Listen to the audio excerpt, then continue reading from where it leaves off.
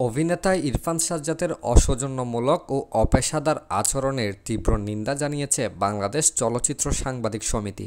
সংগঠনটি এক বিবৃতিতে জানায়, গেল বৃহস্পতিবার সন্ধ্যায় মোহাম্মদ মোস্তফা কামাল রাজের শুটিং স্পটে সময় টেলিভিশনের সাংবাদিক ও বাসাসের কার্যনির্বাহী পরিষদের সদস্য মহিব আল হাসানের সঙ্গে অপ্রত্যাশিতভাবে দুর্ব্যবহার করেন ইরফান সাজ্জাদ, যা উপস্থিত সাংবাদিকদেরও হতবাক করে।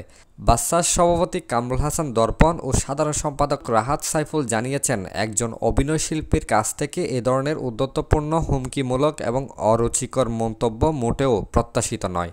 তারা বলেন, এই আচরণ শুধু অপেশাদারই নয়, স্বাধীন সাংবাদিকতায় হস্তক্ষেপের শামিল।